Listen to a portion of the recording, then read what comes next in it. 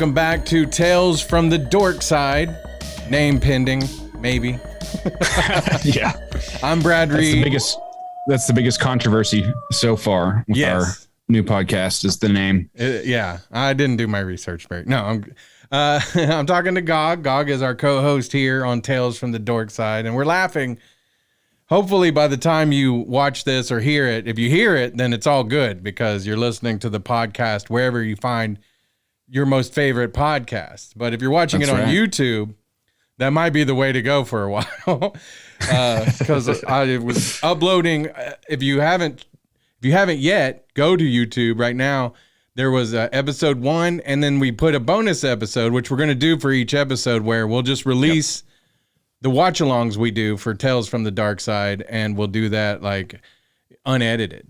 We'll just throw it up there, and you can, on this show, you'll hear later on when we talk about episode 2 of season 1, Tales from the Dorkside, we'll throw in our best of from our watch-along. But if you want to watch along with us or whatever, or you just want to listen to us goof while we're watching it, that's what you got to do. Go to YouTube right now. Right now. Of course, again, if you're already here on YouTube, then stick around. So that's right. That's Listen a lot of information. This one. Yeah. So that's what's up. Now I we had mentioned last week, and I wanted to bring it up because I talked to Dustin Mathis. He's over there at SB Body Arts in Oklahoma City, and great guy. I love Dustin. He's pierced me a couple of times, and I feel like, that pairs us somehow. Like me, the guys who tattoo me and the guys that pierce me, we're like vampire, I don't know, like not lovers. That's too far. But you know what I mean? Like we're bonded. Brothers. That's it. Yeah. Maybe brothers over lovers. But we're piercing and tattoo brothers. Cause I have their ink or their piercings, and that's for life. Your piercings grow over, but there's going to be a scar there. You know what I mean? Yep. So, Dustin, true that. I asked him because we talked about him last week on the show. I said, after Hellraiser, did anybody come in like requesting that cool like pearl type jewelry? And he said no, not necessarily, but that some of the stuff that they do, that they looked like the piercings they had on the Cenobites, which is a great name, but it sounds like little cinnamon roll bites that you get at the movie theater. It's like a snack from the mall food court. Yeah. But the Cenobites, people have that. They do that with the raised, whatever they call that. And the dermals. Yeah, exactly. You're right.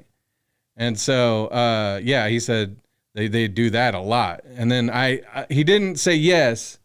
So I'm guessing the answer was no, but I wanted to know if anybody's because he goes and does conventions all over the world, really. And I was wondering if he'd ever come across anybody who's gone the full pinhead. Man, that would be intense. That would be intense. 24 piercings at least. Yeah, and he didn't say yes, so I'm assuming the answer is no, but I'd challenge somebody. We'll get you something. Yep. We'll make a shirt or something for you. That's the Dorkside challenge. Yeah, if you get the full pinhead challenge, we'll hook you up somehow. Go to S&B. Yeah, not S&B. Pinhead challenge. You can't say S&B. That's not allowed. SB. SB. That's it. Because people, there's cut that out. There's no. We're leaving it in because it happens a lot. People, they think it's S&B, but it's not. It's SB. So if you go on Facebook to look for them, it's just SB Body Arts. And I always tell everybody don't go to any of these other places in town. They A, their prices are ridiculous, and B, Dustin's great at what he does, like I said. And then, and I'm not saying, that the other places aren't good. I don't want to start a war here, but I always send everybody to go see Dustin or anybody there because they do piercings, they do tats, they do all the stuff. And if you want, there's an event because we mentioned this last week. They do the suspensions, and then they do the Captain Sideshow. He said his real good friend Cake. That's a cool name. I know Cake. Yeah. You know Cake? Oh yeah. Nice. He's going to be hosting Festival of Freaks coming up October 29th. It begins at 11 a.m. at the Oklahoma State Fairgrounds. Oh, nice. Yeah, so I think that'll be cool and want everybody to go. And this comes out, I believe, on the 27th. I could be wrong. Yes. Yeah, okay. That's correct. So you have time. Go get your tickets and go see them. So check it out, man. It's good stuff. Yeah. Before we get into the main dish, here on the podcast, we got meat and the taters. Yeah. Although I don't eat a lot of meat anymore, so just taters. Just the taters. But hold your taters for now. Because I want to talk about a couple of things. But we are going to talk about Tales from the Darkside. We are going to have our horror movie generator. Everybody loved that, so we got to do it again. Oh, yeah. And then we're going to talk about Halloween Ends. But I want to throw this out there real quick. We had talked about this last week as well. You had never watched Let the Right One In. Not the original or the American version. Yes, correct. And you did go ahead and watch those because there's the Let the Right One In is now a TV show or streaming show on Showtime. And if you're like me, you're like, man, I've already got so many subscriptions. I don't want to go get Showtime and I'm not sure if it's any good. The cool thing is Amazon, on their Amazon Prime, if you have Amazon Prime, they oftentimes do first episodes for free. And so two of the shows we're going to talk about today, you can watch the first episode for free. And both of them made me want to get the dang subscription. So I know. Yeah, I felt the same way. I'm trying to decide what subscription service I have now. Like, which one do I cancel in place? Well, we both got Shudder, and I want to keep it because it's like $5, $6, I think. Yeah. It's a great deal. That's not bad. And it has a lot of movies on it and like a lot of older ones that we want to watch. Mm-hmm. But the shows I want to talk about, we did say Let the Right One In, and you did go back and watch the movie. First of all, I want to know, what did you think about the movie? Because I told you watch the movie first. Yeah. Yeah, I liked it a lot.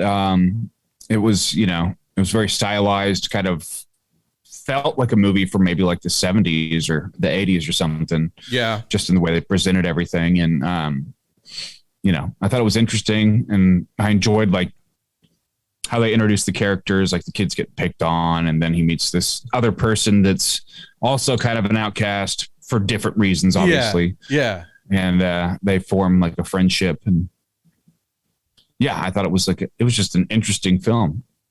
Spoiler alert. If you haven't seen either of those, then hit pause or fast forward or something, because I'm about to reveal. Okay. And that's why I thought it was important for you to watch the movie before the show, because the movie kind of takes a minute before you realize that it's like a vampire. I mean, I if you read the description or anything like that, you would know. But the way it lays out, there's a lot of suspense there. Right. Now let's jump to the TV show, where it's a little bit of a different setup, but it's the same theme. But they get into the fact that there's vampires like right off the bat. Right. Yeah. I thought that was kind of an interesting idea, because, obviously they need to make it compelling enough to warrant a series. Yeah. So they need to set things up within that first episode that make you want to continue watching. And I think they did a good job with that, with like the fact that the neighbor is a detective. Yes. So that makes a lot of tension right there. Right. And again, spoilers. The way that the first episode ends with the neighbor's father and everything, like, I think they did a really decent job of kind of setting up that world and leaving you wanting to see what happens next. I feel like this one's going to have like a little more action than the movie really did. And like I say, it's a little bit different feel, but they both follow the same kind of storyline, where it's a father looking after his vampire daughter. Now in the movie, was it the father, or was it just somebody that she had got to be her like caretaker? Yes, I think that was more the vibe that I got from the movie. It was just a caretaker of sorts, maybe not her actual biological parent. That's that, I believe, because it's been a minute since I saw it. But you can watch the movie people at home, if you haven't and you like vampire movies, it's really good. It's on Amazon Prime as well. So I definitely recommend you watch that. Check out the show. The show is on Showtime. I don't know how many episodes are out now. Here's the thing. I'm guessing because we could just rent the episodes as they come out on Amazon. Yeah. $2 or $3, but it might be cheaper to get Showtime. Like I got Showtime when the last Dexter series came out.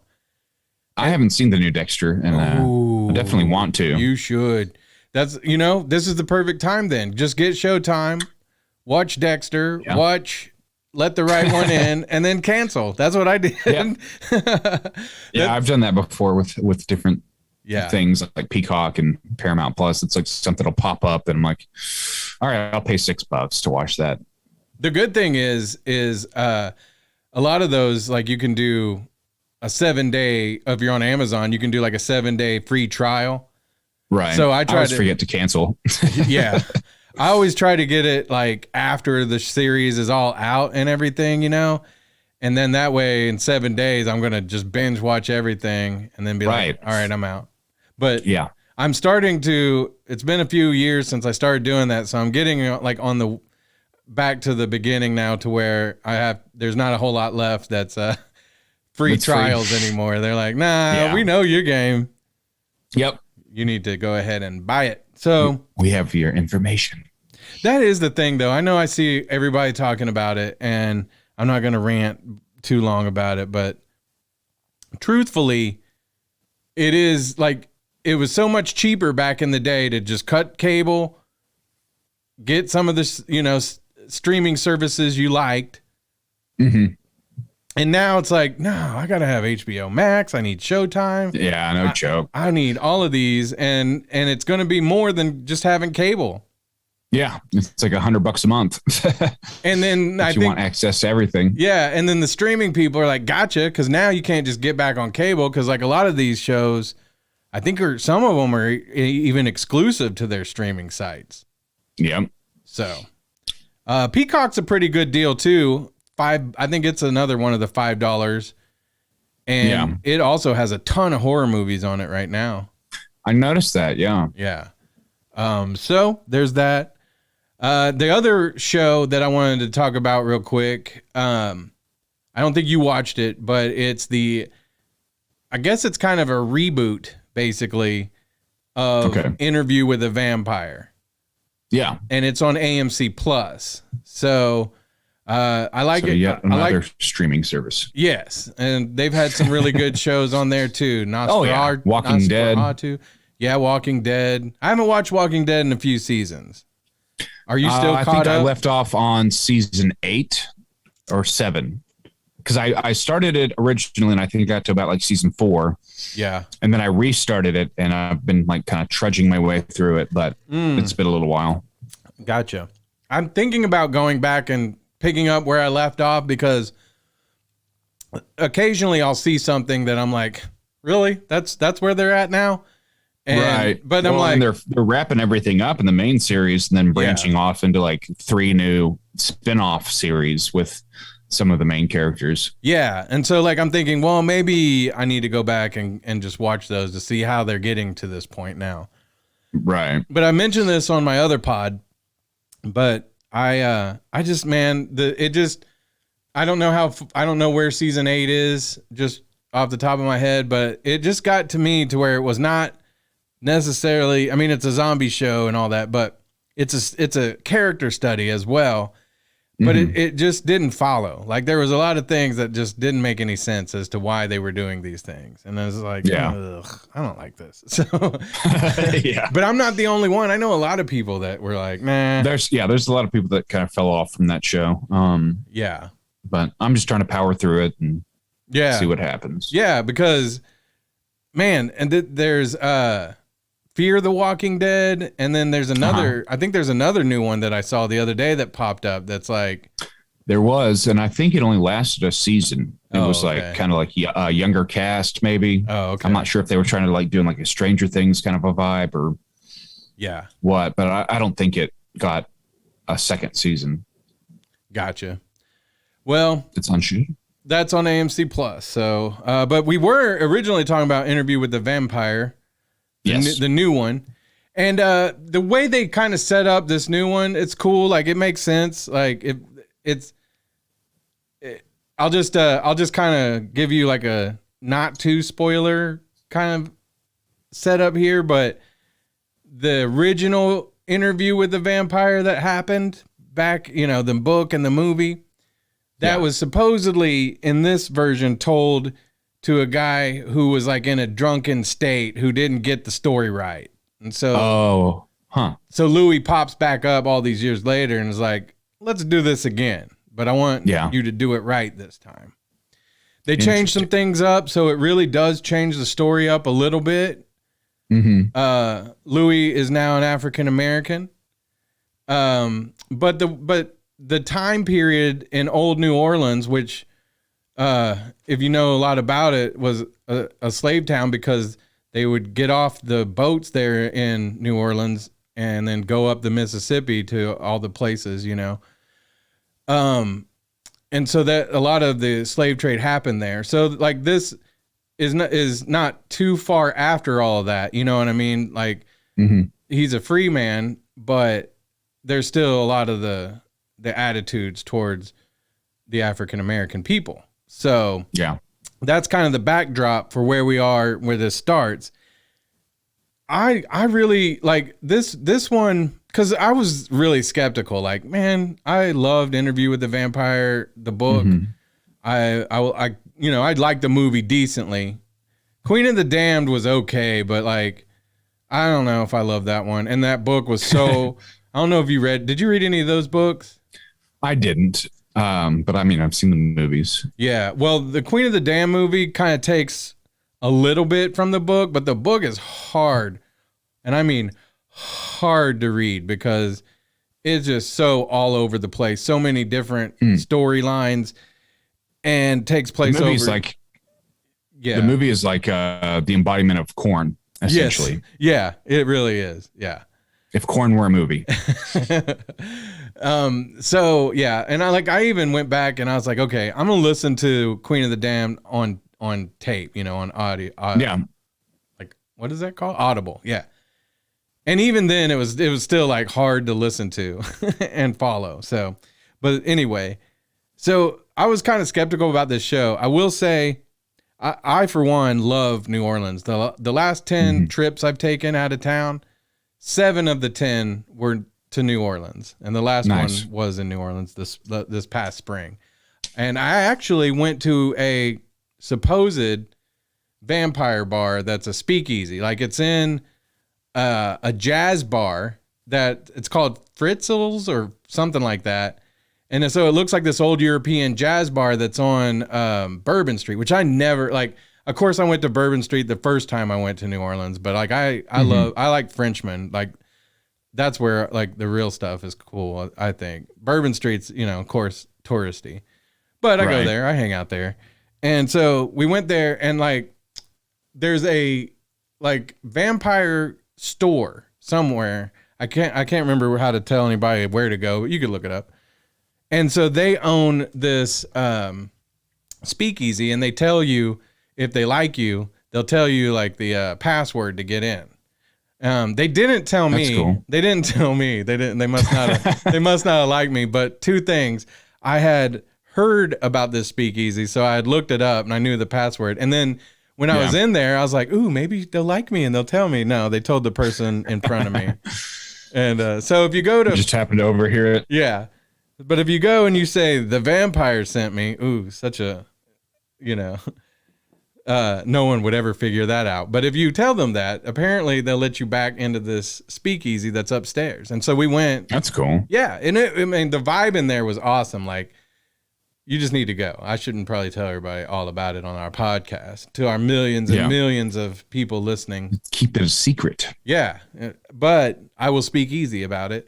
But they had great drinks, and it was a cool vibe. They had like a balcony there, so that was cool too. Nice. But that was the one thing I loved about the Interview with the Vampire show is I felt like they did a lot of Easter eggs, showing you places that like if you go on a vampire tour, they'll point out including where they filmed some of the original Interview with the Vampire movie. So I loved that. And this one, I felt like, because vampire stuff lately, it's just, it doesn't have any edge to it, in my opinion. Like, it's just not, I don't know. I grew up watching like Salem's Lot, which was scary as hell to me. What was some of the other vampire? Lost Boys, of course. I love that. Right. And even though Lost Boys could be campy at some points, it was, I still feel like, it had an edge to it. Yeah, the creatures and everything were kind of spooky. Yeah, like that one scene on the beach where aesthetic. You first see them and they're like biting into people's heads and stuff. Like, it wasn't just glittery vampires. That's what I'm trying to say. Right. So glampires. Yeah, glampires. So with this one, there was Interview with the Vampire has kind of like a, the undertones were always that these male vampires were in love with each other. But this one kind of embraces that a little bit more too, but it also embraces like the violence. And I liked it. I really did like that. And there was a couple parts. There was like one scene where like it takes place in like a famous church. And I was like, Jen, how did they let them film that in there? And then I realized that they let them film like right up to the doorway so that you can see like the building outside. That's how I knew like it was really where it was. But then all the interiors, they like, it was on the soundstage, I'm sure that they made they made look like. But it was like, dang, like it was a good show, man. Like I really did enjoy it. And so now cool. I'm going to have to get AMC Plus too. Yeah. Add another one to the list. Yeah, it was good. I enjoyed it. So cool. I recommend it. All right. Let's jump into Halloween Ends. And let's do it. Spoiler alert for those of you, like, I don't know, like me and Gog haven't really discussed this. When I do reviews on my other podcasts, I just say spoil it because if you're coming here to listen to the podcast, you probably have already seen it and you want to know what other people think about it. That's what I do. Yeah, for sure. And it's not like this is like on radio or TV where you're like going to be joining in like, oh, they're talking about Halloween. Oh, they're spoiling it. Oh, God. Yeah. So, but spoiler alert, we're probably going to spoil it here. I got to say, Gog, my initial feeling after watching this was that I didn't love it. I think that's kind of been the consensus with a lot of people. And I kind of felt the same way. I feel like you're probably more of a fan of this specific franchise, more so than I am. And I think a lot of people have theirs, and mine's more like Freddy kind of stuff. Right. And so I'm not like as attached to these characters as some people might be, I think. Yeah. And, but I definitely felt like the movie, the pacing was weird. I don't know. It didn't seem right. It seemed rushed in a lot of ways. Yes. And bringing like this other character in and then having Michael show up like halfway through the movie it just seemed forced and like rushed. I don't know. Yeah, I agree with you because basically looking at the franchise as a whole, the first two were, and I'm talking about the original first two, were amazing movies. Like they were so good. Then after that, I think it was even 3 that like, it wasn't even about Michael Myers because originally I guess the idea for the Halloween franchise was going to be anthology. Okay. It was never supposed to be just about Michael Myers. And so in that third movie, that's, kind of why they did that. And then also there's been talk that there was some supernatural things that happened in that people were thinking would explain at some point why Michael Myers was supernatural himself. Yeah. I don't think it ever really tied in like that, and then once you get into some of the later ones, like they were okay. Some of them were good. Who was the guy, Ant-Man was in one of them, wasn't he?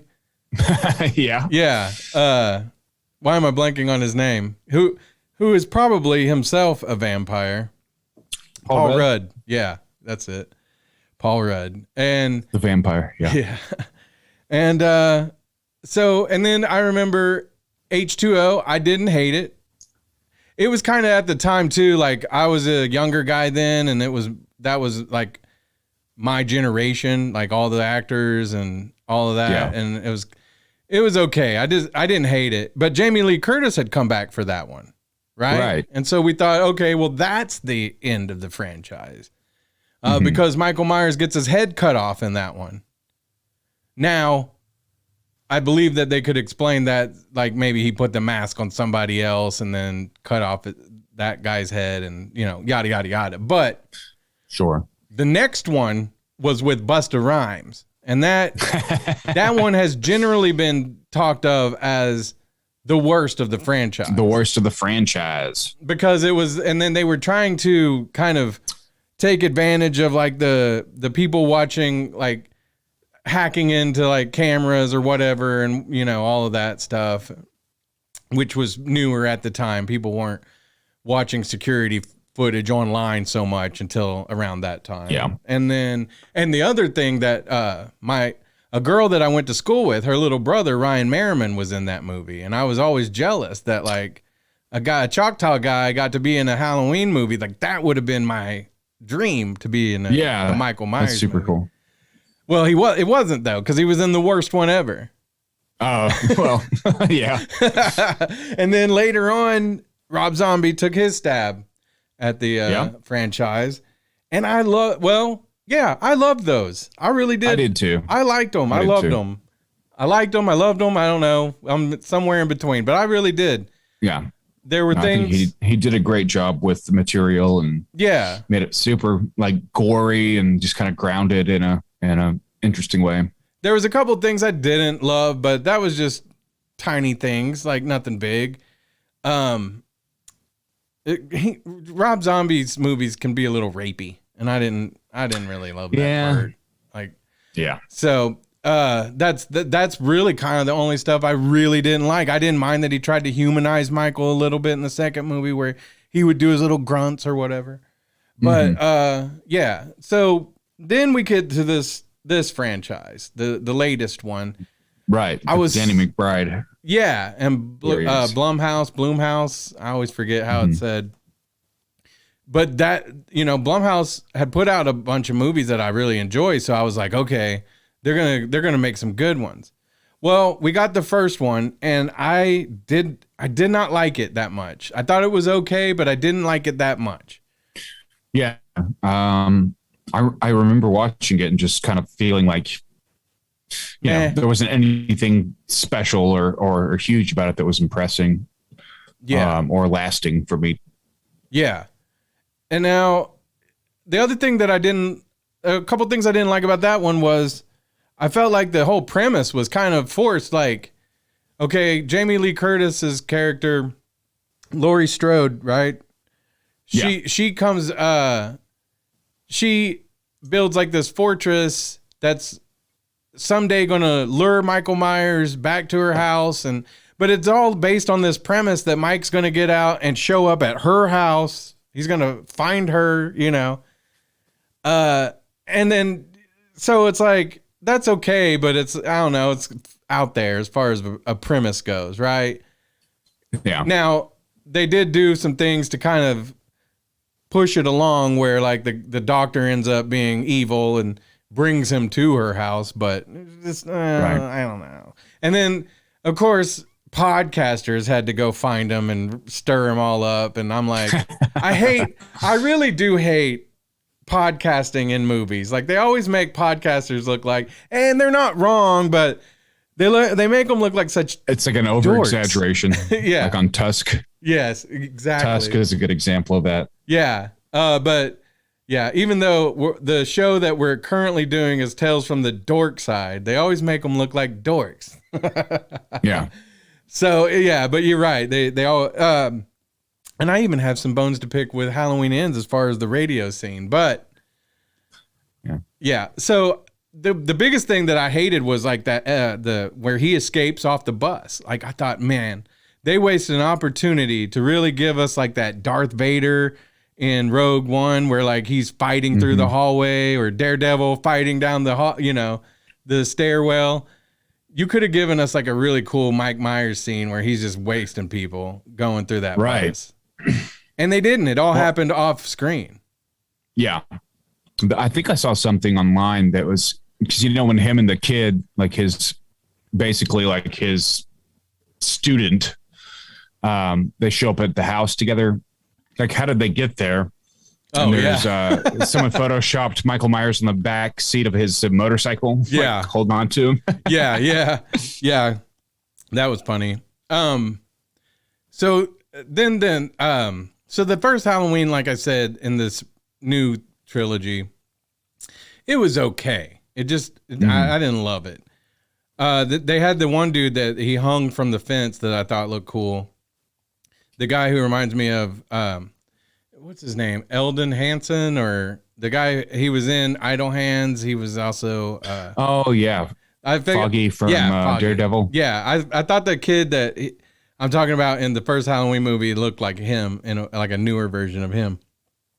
But later on, I guess in Halloween Ends, the lady that you see hanging herself outside, that was his mom. The dude that got killed in the first movie. So that was a cool tie-in, but like if whoever Super Sleuth didn't point that out, I would have never known that.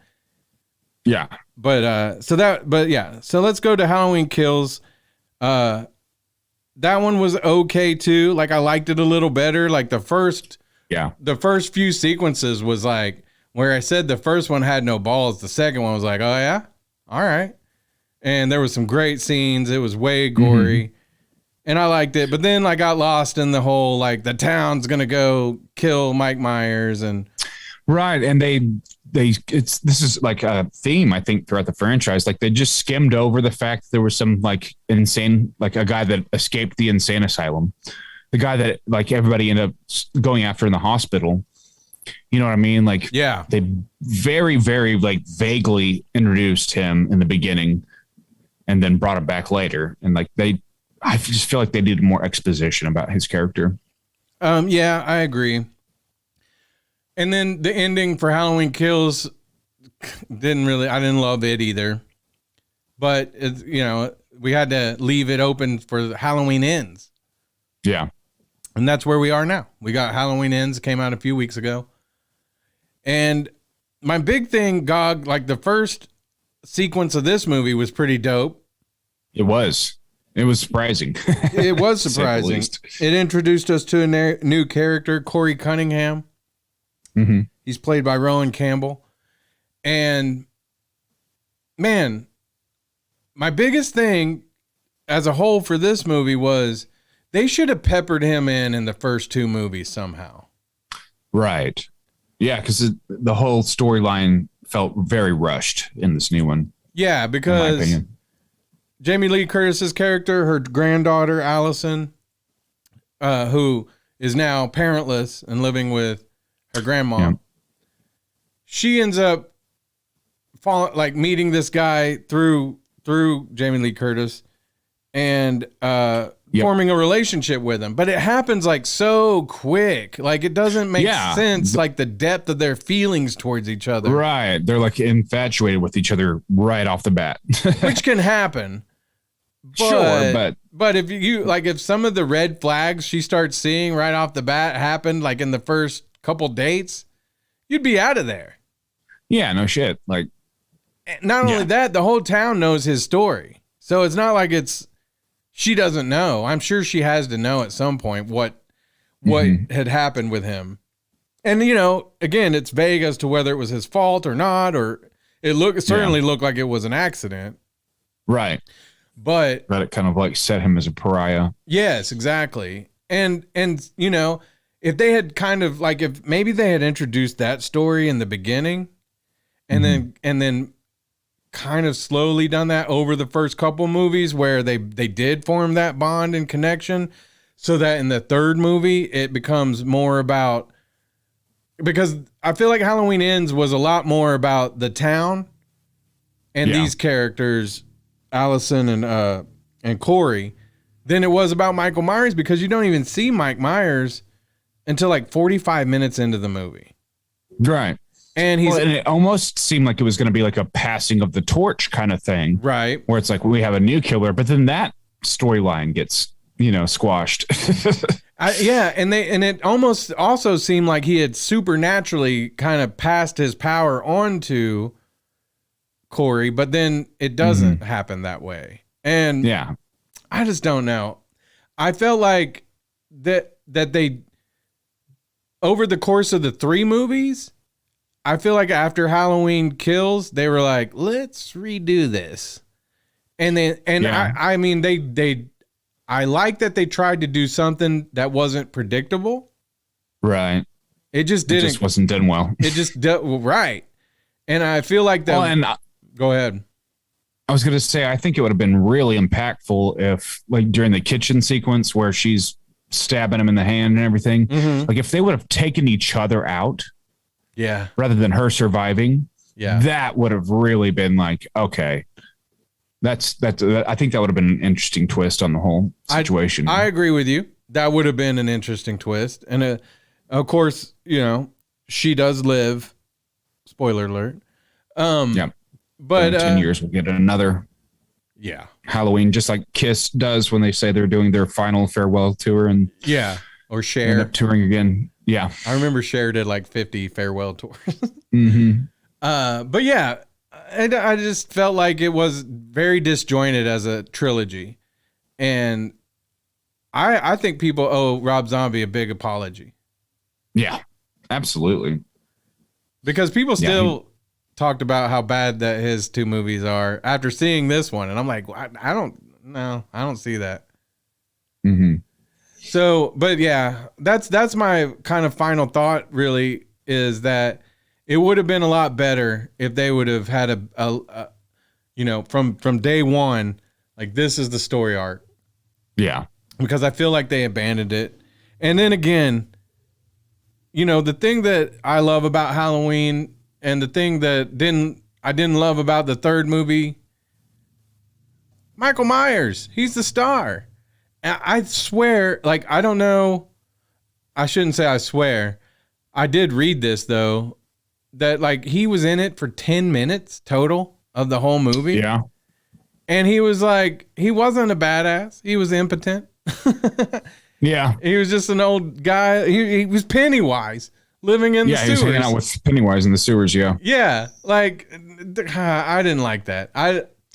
Again, kudos for trying to come up with something new, but no, you can't just, I don't feel like you can just midstream, like, let's just do this all different in the last movie and expect it to go well. Also, let me just give everybody a quick tip. If you're making a movie where it's in a radio station, it's very important when you're playing the music to pot your faders up so that the audience can hear it. Theirs were down. Theirs were down. And then the on-air light was on while he was off the air. So just little things that I hate whenever I see radio stuff on movies and TV. It's inaccurate. You work at a TV station. You know what I'm talking about. That's true. Yeah. Yeah. Have you seen anything that takes place at a TV station that you're like, because my wife, she works for she works for OKCPD, which, if you know me, I'm like, no, I'm kidding. But she does. She works for the police department. And every time we watch something that takes place at a police department or whatever, she's like, that's not how they do it. This is right. Like, oh God, can we just stop? Like, let's just watch it and enjoy it. But I'm the same way when it comes to radio stuff, because I'll be like, that mic isn't even plugged in. Yeah. But yeah, anything off the top of your head, like TV stations that, like, you're like, no. If they ever make a movie about a promotions producer, I'll let you know, which I highly doubt. Well, we could. That's true. We could. I mean, we have a horror movie generator. Throw in promotions producer, like, oh God, the next most boring fucking movie ever made. It's funny because, like, every radio guy's like, they should make a a show about us, like a back in the day when everybody was doing reality shows. I'm like, no. Oh yeah. No, they really shouldn't, because they wouldn't like any of us when we're not on the air. We're Right. boring. Do you want to sit and watch me stare at my computer for 8 hours? Yeah. Riveting television. Yeah. So I don't know. So overall, I gotta say the Halloween Ends just left me really not wanting to ever watch that one ever again. Yeah, it seemed like kind of an unfortunate end to a series that could have been better, especially with like a property and a franchise that's so iconic. Right. But right. So. That's all right. They'll rebid it in 10 years and it'll be, super woke and no, because I think in 10 years, I hate to say woke will be the opposite of woke. Yeah, like society will have shifted back and it'll be worse. It'll go back. It'll be way worse, It'll be like are you familiar with the Island Boys? Yes. It's Michael Myers with that hairstyle and face tattoos on his mask. God. Yeah, I'm out on that. I'm out. It's gonna happen. I'm out. But you're right. The next one will probably be like Michael Myers has a YouTube show. Yeah, he's a podcaster. Yeah, and they find out that he used to kill people, so he's getting canceled. Wouldn't that be the most boring podcast ever? The Michael Myers podcast? It's just nothing. It's just silence the whole time. If you want to see, breathing. If you want to see Michael Myers on a podcast, you can go to Nerds to Men and look up. There you go. Interview with Michael Myers. That's right. So yeah, that's good stuff there. Man, though, I wonder because at this point I know it's probably going to happen, but I really don't want to see any more Michael Myers movies. I'll just stick with the ones I like. But I'll probably watch it when they do one because I watched all these. That's true. So yeah, I mean, it would definitely be interesting to see some newer, fresh ideas. And I think there's some movies out there that are doing a decent job of it. Some of the newer horror stuff is not bad, but not great. Well, you've got like the A24 studio who's doing like Hereditary and stuff like that, and there's really good ones. Yeah, there's really boring ones too. Yeah, what was it? Green Knight. It was an A24 movie. Green Knight. It looked really cool. Yeah. But I was bored out of my pants watching it in theaters. Yeah, you are right. Like it was visually stunning, but storyline was like, ugh. But yeah, like, and I think, did they do The Witch? I watched that one again recently. I think so. And like they have really good ones that are out there, and I like that because they're not your typical slasher films or whatever, but some of them are way out there. So yeah, you just got to find the right balance for it. There's one that I saw recently was Psycho Goreman on Shudder. Did you like that? So that one's fun. It's a really fun movie. Okay, I'll check that one out. It's a silly premise. They do a lot of like practical effects that were really popular in like the 90s. But it's an interesting idea and it's well executed. I'll check that one out. I've seen it popping up on Shudder, so. Yeah, it's worth a watch. And then I watched, what else was recent? Mad God. Oh yeah, on Shudder also. That's a stop motion. Phil Tippett, who was a stop motion animator on like the original Star Wars movies. He worked for Industrial Light and Magic back in the day, so he's pretty like iconic in the industry. And he'd been working on this project for like 20 years, off and on. But it's really, really like intricate stop motion animation. It's really weird, kind of gross. Yeah, like it's definitely not for the faint of heart. But I watched it. I would say it's like watching an 1.5 hour long Tool music video. Oh, okay. That would make sense. Yeah. Yeah. All right. Right on. If you're into smoking a little something or other, I am. That might be a good one to do that. I'm totally into it. So, you ready to talk about the feature presentation? I'd love to. Yeah, absolutely. The next 40 episodes. Yeah, we're making a small dent so far. Yeah. Tales from the Darkside. Last week. Episode deuce. Yeah, last week we talked about, we watched And we talked Trick or about Treat. Trick or Treat episode. Well, technically it's episode 1. I did say something that was incorrect about that episode. It was the pilot episode. I wasn't sure because I had thought I read that like the pilot episode got filmed and shown later in the series, but no, it was. So, and then you had a factoid about the first episode too. A little trivia. Yeah.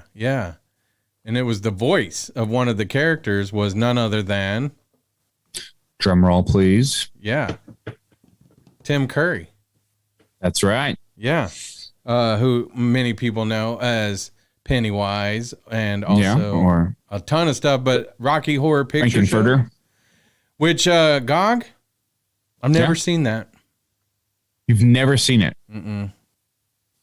No, I'm not really into musicals, but I will watch it. I would watch it because we should do an episode on it at some point. We should. I love Sweeney Todd, you know. Okay. Yeah. It's in the same kind of vein. Yeah. And then here's the thing. I've seen little clips of it, but I like really wanted to go see it because weren't they doing like live shows like usually around Halloween?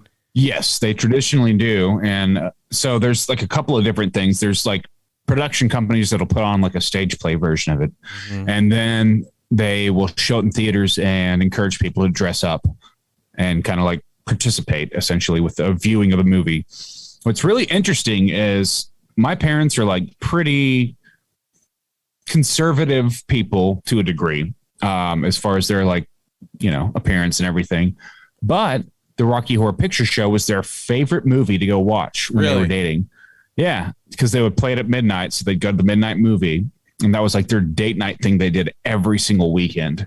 Nice. And it's such an unusual, bizarre movie for them to be into, but it makes a lot of sense. Yeah. Well, I'll check it out for sure. Like, I know it's a good movie. Everybody loves it. Yeah. I just, for whatever reason, it's one of those that I never watched. We can sit down and watch it together if you want to. I'm down. There is a character named Brad, and like a buddy of mine back in the day would quote lines at me from the movie, and I'd be like, I don't know what you're saying. I don't know what the fuck you're talking about. Yeah, so, but it'll be good to know now. Rocky. Brad. So episode 2 of Tales from the Darkside, which was, if people don't know, it's weird that you wouldn't. It's about since you're insomniac alcoholics, right? Yeah, but just the whole thing with Tales from the Darkside was it was a show that came out. The first episode came out in like 83, and then this one was in 1984. Okay. So the show's from the 80s. I grew up loving it, and it terrified me. And so now that's what we're here to do. We're here to watch. We'll play here in just a minute, like the best of from our watch along, and then next week we'll release the full unedited watch along from this one, so that you can either listen to us goofing around, or you can get your DVD, Blu-ray, YouTube. I think some of the episodes are on YouTube, and then sync it up and listen to us and watch that, or however you want to do it. It's up to you. Yep. But this episode was called The New Man, and it's The Newman. Yes. A reformed alcoholic is visited by his young son, Jerry. Except for that Alan doesn't have a son named Jerry. No, so just some random ass kid. He's working at the office of a real estate agency. His coworker, Brad, offers him a drinky drink before they leave. And Alan refuses because Alan's, dealing with alcoholism. He's trying not to be a drinker. He's on the wagon or off the wagon. Yeah. So he's leaving and his son shows up. And so like this show it's really interesting because like he's trying to tell like his wife and all these people like, who is this kid? And like, so we're starting to like, well, did this guy somehow get amnesia and forget his son, or like what's going on? He's been in a blackout for 15 years or 7 years or however old the kid is. Yeah. Yeah. So, I'll share some trivia with you after we roll our best of our watch along right now. The Newman. The new man.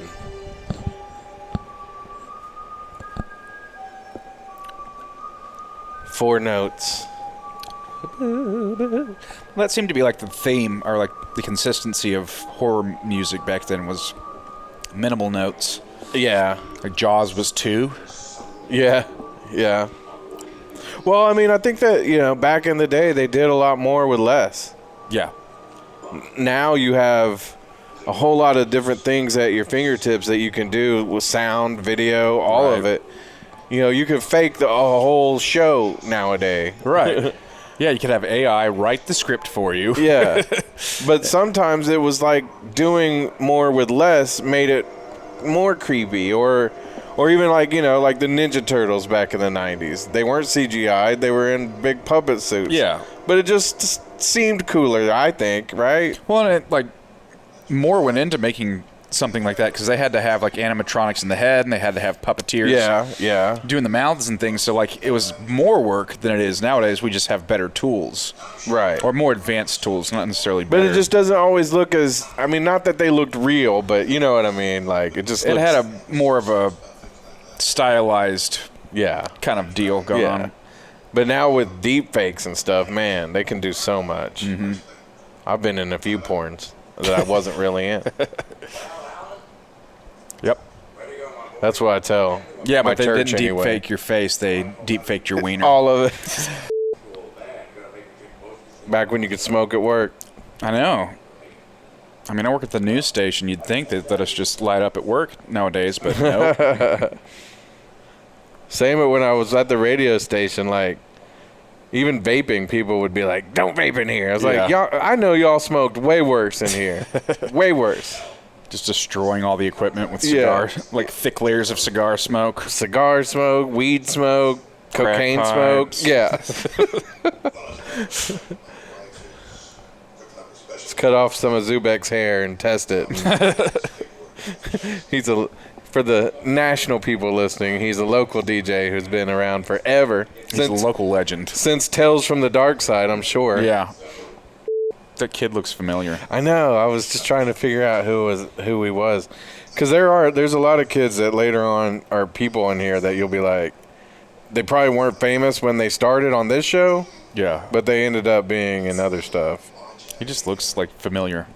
Like a child version of somebody that's familiar. I mean, I think because they cloned all of them as time went on, but he was probably like the kid that was like, eat a steak sandwich supreme. Oh, he was in The Last Starfighter. Do you remember that movie? I don't. Oh my gosh, Gog. Did you grow up in the 80s? No, you were more like a 90s kid. I was a kid, mid-80s, yeah, because I was born in 85. Yeah, so by the time you were old enough to really like put it together. Yeah. To remember anything. That's why you haven't seen any of these, but you've seen Goosebumps. Yep. And Are You Afraid of the Dark? Oh, yeah. Are You Afraid of the Dork? Yeah. I guess they made a reboot of that show, as they do with everything. I'm shocked that this hasn't been rebooted. It will, eventually. Maybe on Shudder. Probably after this podcast gets out. Oh, yeah. And everybody's like, oh. Everyone's going to be like, I can't believe I was sleeping on this show for so long. Yeah. Thank you, Brad Reed and Gog. Yeah, I love it, too, when you don't have, like, any muscles or anything. I got made fun of one time by an old lead singer of mine. I won't name any names. But I wore a tank top, and he made fun of me because I didn't have any muscles. And he said that tank tops are supposed to be worn by people that have muscles. Like, I'm just trying not to be hot, man. Yeah. And, really the thing that I think made this show stand out so much was the incredible acting. Oh, yeah. The incredible acting. Oscar-nominated performances. This is cinema. He was drinking. That's the reason I can't remember who you are, because I was always drunk all the time. Dang. You're no son of mine. I can't take any more of this. Go to my room. I'm going to skateboard. Yeah. Break, Dad. I'm going to go tag something. I'm not drunk, I'm not crazy, I'm drunk and crazy. Yeah. And you obviously slept with someone else, lady. Yeah. He's not my son. That's too good looking a boy to be coming from my genes. Get Montel Williams on the phone. It'd be dope at the end, though, if it, like, really wasn't his kid. Oh, And they were just like... They're just fucking with them. Yeah.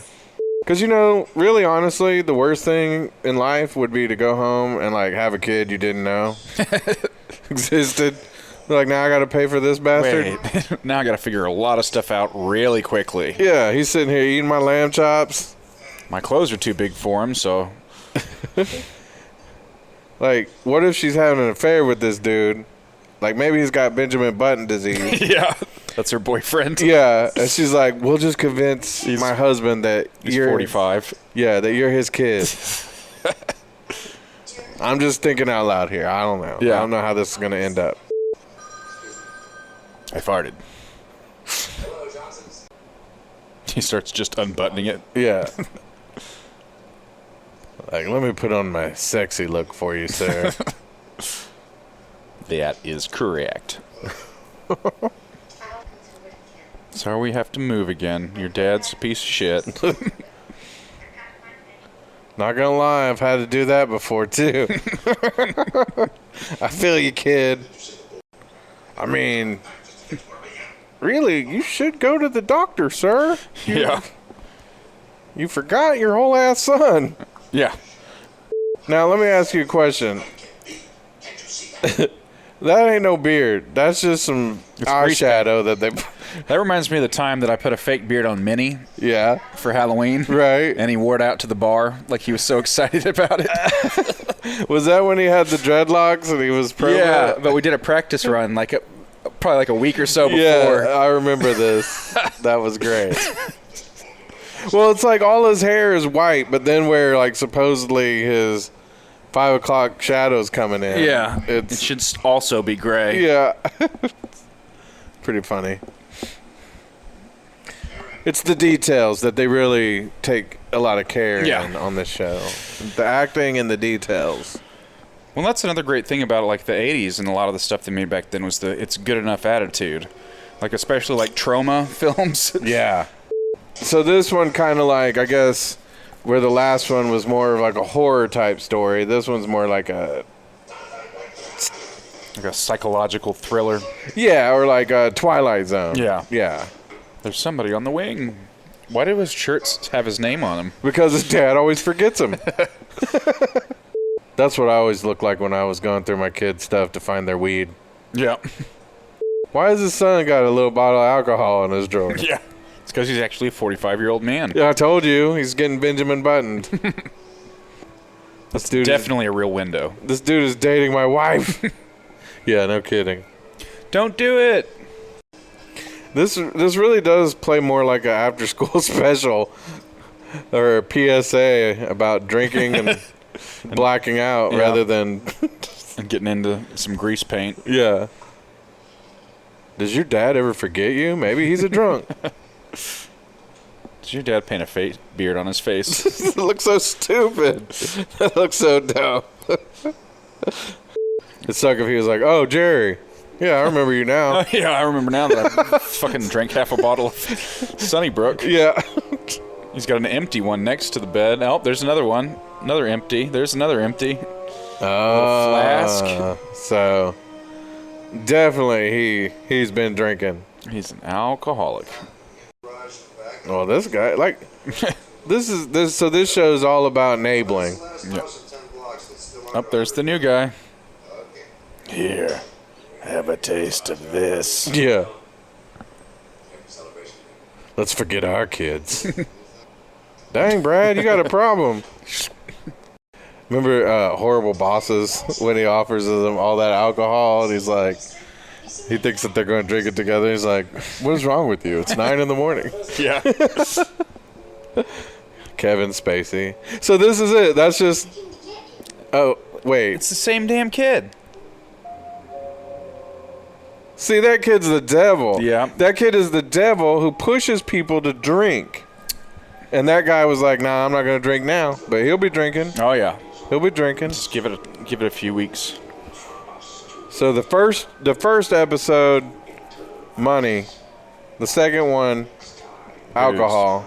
So the third one definitely going to be about pussy. Yeah. All right, that was Yep. the second episode, The New Man of Tales from the cream of the Dark crop Side. right there, friends.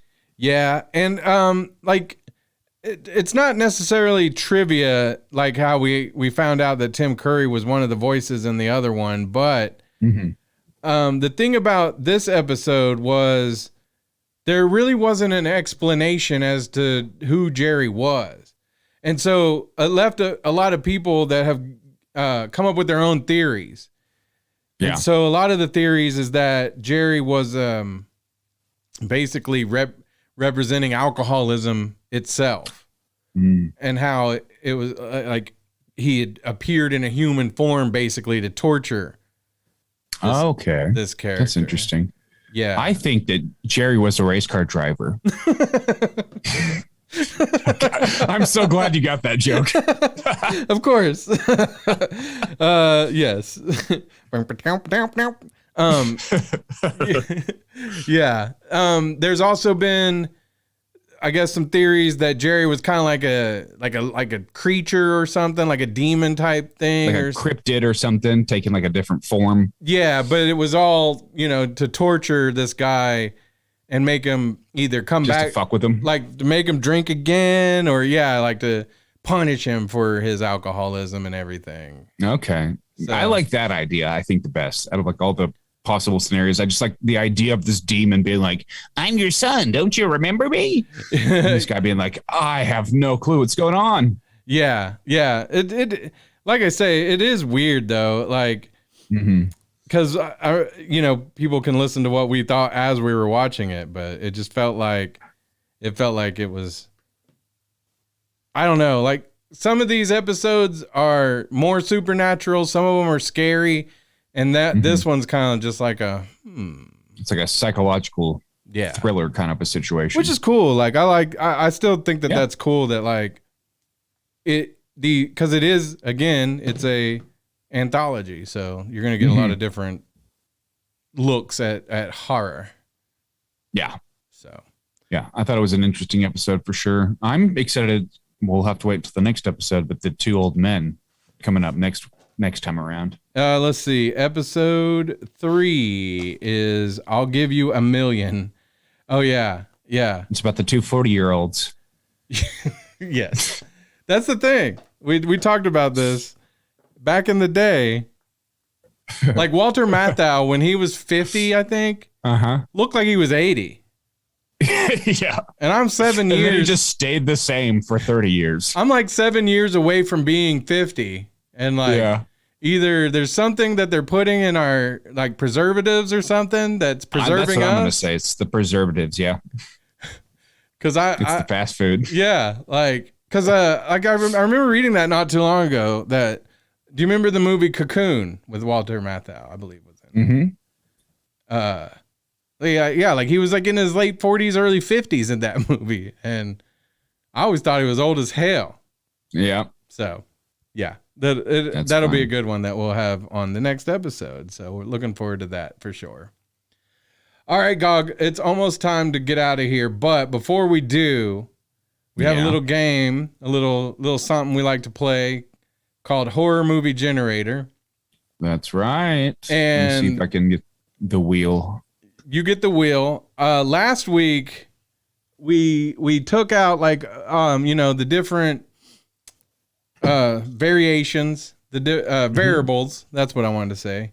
Yes. We randomly generate it, and then we come up with a movie pitch to go with it. And last week we came up with Little Bigfoot, starring Dan Aykroyd, Danny DeVito. Yes. Oh, I mean, crap. we can throw Dan Aykroyd in there. Well, spoilers. Maybe doing his Nothing But Trouble. Spoilers. Character. Dan Aykroyd is in it. Yeah, I ruined that. But Danny DeVito. I also saw Mike Tyson, of course. Yes, and Elizabeth Banks. Yes. I saw Johnny It's a very Depp. convincing couple. I saw Johnny Depp was in it, obviously because Tim Burton directed it. But I wondered, is he bringing back his character from Tusk? Yeah, it's the first crossover movie from Kevin Smith and Tim Burton. I love it. I love it. Signed a licensing agreement. And Well, because we didn't mention this last week, but we need to dig into some of the Kevin Smith horror movies too, because one of my favorites, I love Tusk, but I really loved Yoga Hosers. The Bratzies. Yeah, the Brats. Oh my God. A lot of people did not like Yoga Hosers, and I loved it. I actually have a Kevin Smith autographed copy of Yoga Hosers. It's much more stonery than Tusk is. Yeah. But it's really leaned into that. Yeah. It's really funny too. It stars his daughter and Johnny Depp's daughter. That's right, yeah. And I loved Johnny Depp in that one too. So if he's bringing back his investigator character, I'm for it. Yeah. What are we working with this week? I'm going to spin the wheel. All right. Hopefully this website works. Sometimes it's a little finicky. All right. So our director is going to be, drum roll, Michael Bay. Oh, God. Okay. That's great. That's great. That's off to a great start. All right. Actors next. This better get good quick. I hope so. I mean, we're already off to a good start with the Michael Bay. Yeah, there's going to be tons of lens flares, you know. Yep, lens flares, explosions. Yeah. Lots of computer chase graphics. scenes. Yeah. Come on.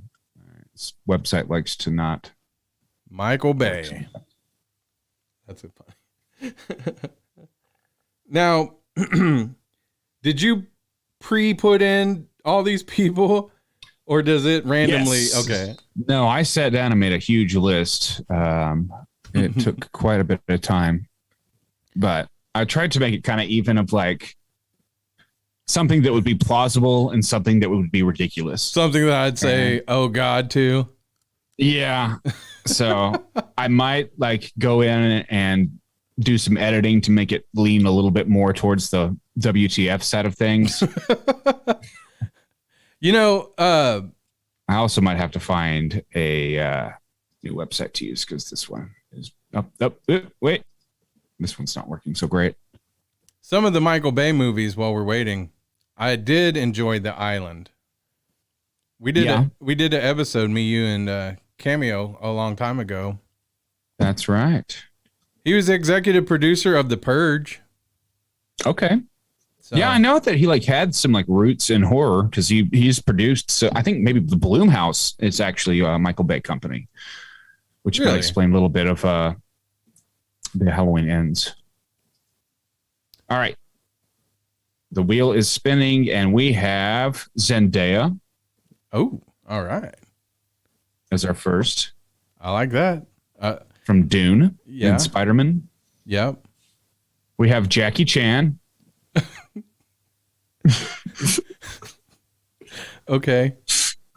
And is this a horror movie? And Adam Sandler. Oh my God. I don't even know how we're going to do this. This is great. Yeah. Okay. Oh my goodness. All right. So the next one we have to do is I got it. I already got it. All right. Oh wait. So we have to do a subgenre. We still have a couple more wheels. Okay. All right. Go ahead. Although I'm leaning towards right now, I'll just tell you, I'm leaning towards Michael Bay, all these characters doing a remake of a horror movie. Okay. But or subgenre, we have slasher. Okay. Does that fit into your concept? No, it was going to be a vampire movie. He did. Adam Sandler did Hotel Transylvania. That's true. Weapon of choice is a crowbar. A crowbar. Yeah, okay. That's fine. One of the things I put in here was jar of bees. I wish we would have landed on that. Jar of bees, yeah. All right, so, and then a holiday to attach this all to. That'll be our last spin. And we get happy birthday. Okay. All right. Happy birthday. So we've got a Michael Bay movie starring Zendaya, Jackie Chan, and Adam Sandler. It's a slasher that is centered around happy birthday. And we have to incorporate a crowbar into the mix somehow. Okay. So that's it. All right. Adam Sandler. Mm-hmm. He is he goes around repoing people's cars, Okay. and he comes and he's like going to repo Zendaya's car. Okay. Right? She's like a waitress or something, kind of like behind on bills, trying to get a foot ahead. And But it's her birthday. Okay. And so she's crying and she's like, "No, don't tow my car. It's my birthday." Mm-hmm. You know, and Adam Sandler. it's my party and I'll cry if I want to. Yeah, yeah. And Adam Sandler's like, "No, I got to. I have to. I got. Yeah. Jump to the back of the boat. Yeah." And so she grabs his crowbar and beats him to death. Like, you know, gory. Okay. And like it's kind a fit of rage. yeah, like Adam Sandler kind of has like the Drew Barrymore in Scream. Like he's only in it for like the first 10 minutes, you know? All right. Okay. And it's then- called I'll Cry If I Want to. Yes. I'll cry if I want to.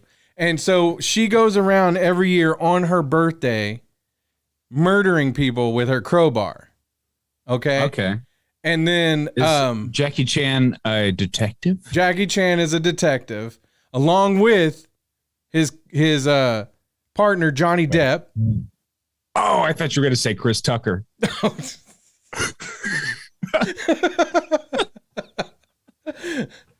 Maybe. That would be great too. Okay, But Johnny Depp. I like that too. okay. Is it Johnny Depp's character from Yeah, Tusk and yeah. Yogos? Yeah. So far he's in all of our movies. That's That's just who he plays from now on. yeah. It's the only role he can Every get movie. now. After the Amber Heard trial, the only role he can get is playing the detective. Yeah, Johnny Megapint. Okay, I love it. When he pours the fucking vodka into his milkshake at the hamburger place. Yeah.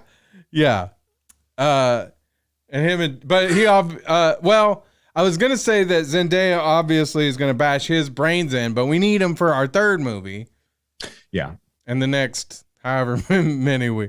Okay, so there is a Johnny Depp impersonator that's pretty famous. What if in the movie he hires this like body double guy to go after her, and that's whose brains get beaten in? So you think it's him, but it turns out it was just like this poor sap that looked kind of like him that he paid Yes. to go after her. Yeah. Dude, I think that's a winner right there. Like that's our movie right there. Yeah. She kills people on her birthday every year for her birthday, I love savagely with a crowbar, and you wouldn't expect it because Zendaya's, you know, she's not like a big bulky chick. She's She's kind of like petite. yeah. What we need to do though is, did you ever see American Psycho 2? No, with Mila Kunis. Mila Kunis, that had nothing to do with the first movie. So this needs to be a sequel to a very popular like psychological thriller movie. Yeah. That has absolutely nothing to do with it. Yeah, that would also be good. You know, a little note there. We're gonna rabbit trail for a second. The American Psycho movie was actually connected to a couple of other movies and books. Did you know which ones? I don't. The one is an 80s movie with Robert Downey Jr. called Less Than Zero, and I love that movie. Now, here's the thing is in the book, like I don't think that they're related character-wise or anything, but there's like this weird thing that happens where the mom from American Psycho and the mom from Less Than Zero, American Pie. yeah. No, Stifler's mom. she has like this whole monologue that she says, like both moms word for word have the same like thing that they say, and so it's weird, but there's some kind of connection there. And then in there was a movie and the book, I believe it's called Rules of Engagement. And the movie had James Vanderbeek in it, if you remember that movie. And it was a good movie, but he was the younger brother of the character from American Psycho. Interesting. Yeah. I don't remember what his name was in that movie, but it's something Bates. Bateman. Patrick Bateman. Yeah. Well, yeah, Patrick Bateman, but like what Corey. yeah. Yeah. Like, so anyway, there's the thread of those. So That's the fact weird. that they made a American Psycho 2 that didn't have anything to do with American Psycho seems a little stupid.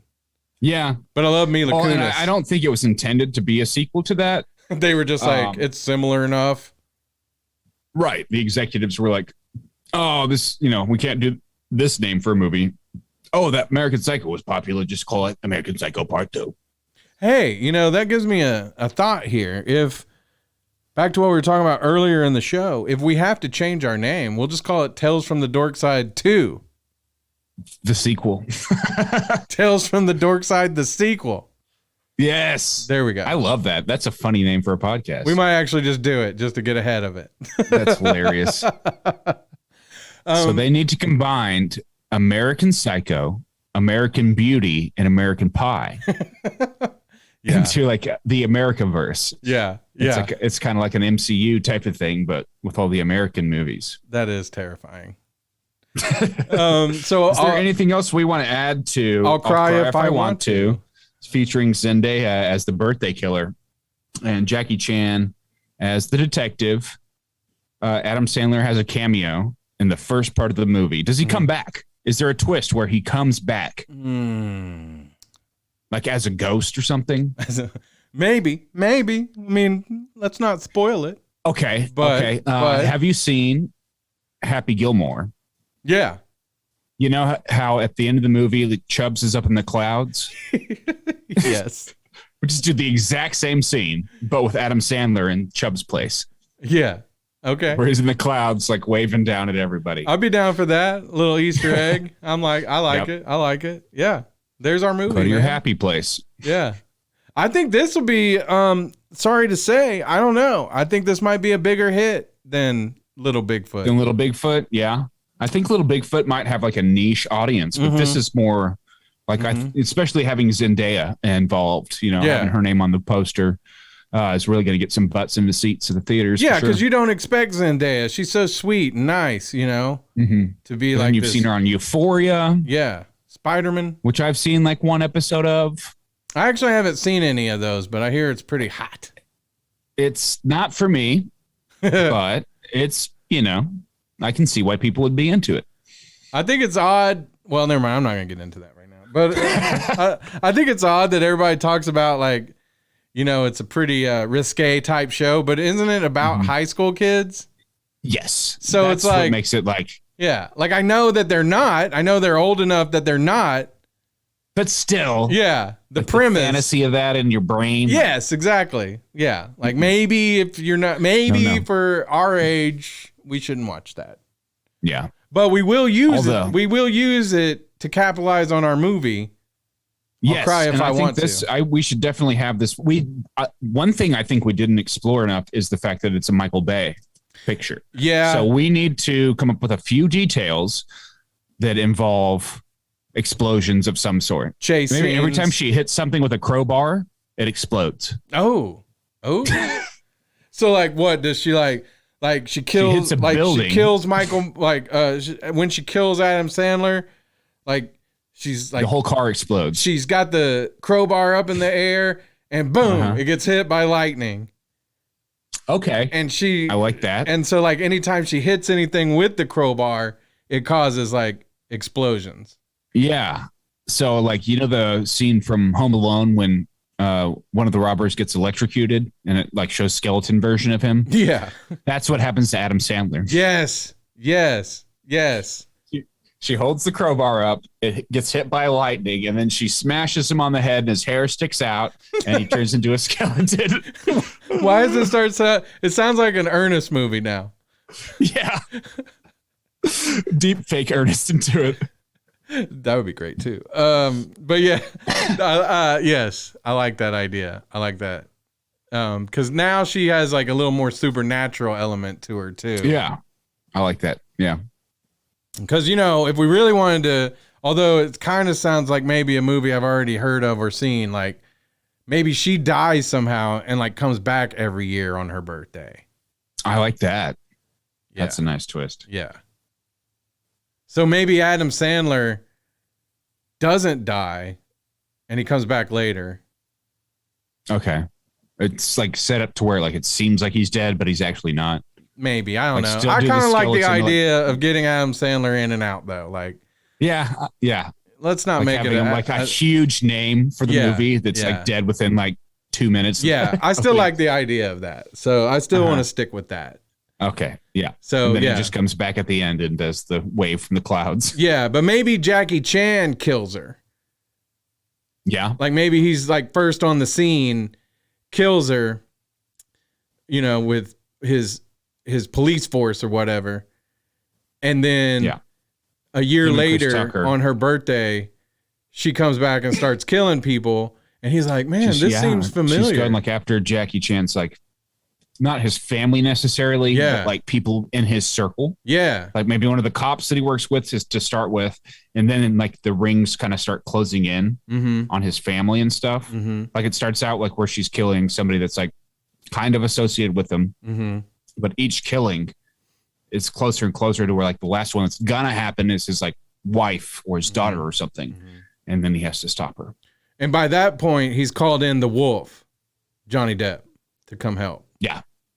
Because he's known for Yeah. he's known And then for we this have, sort like, of thing. A 20-minute long airplane sequence of Johnny Depp detective getting hammered on an airplane. Yeah. It's like an unnecessarily long sequence. Yeah. And then he hits the ground Right. and solves the case like instantly, basically. Yeah. I'm for it.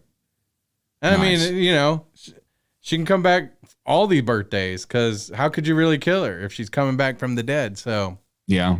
we got a ton of movies here. It could be like a misunderstanding to where like they're about to stop her and then they realize that like she's actually kind of their friend. So then moving forward every year on her birthday, they all get together and have a little party. That, or they offer up like some bad person for her to off, you know? She gets to take over somebody's body at the end of it. And it's Terry Crews. So the next movie, Terry Crews is I love He's it. acting like Zendaya. Yes. Yes. Yes. This is perfect.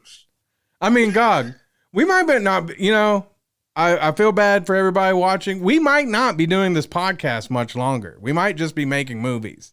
We're just gonna be Hollywood guys. They're just going to call us. They're going to be like, here's some rando things that we've got. Make a movie Here's of it. 4 prompts. Here's $1 million. I mean, we'll still $1 million, podcast 4 though, prompts, right? We'll still and- podcast. We'll just have Yeah, millions and I mean, of $1 million people. really isn't a huge budget for a Yeah. movie if you think about it. Right.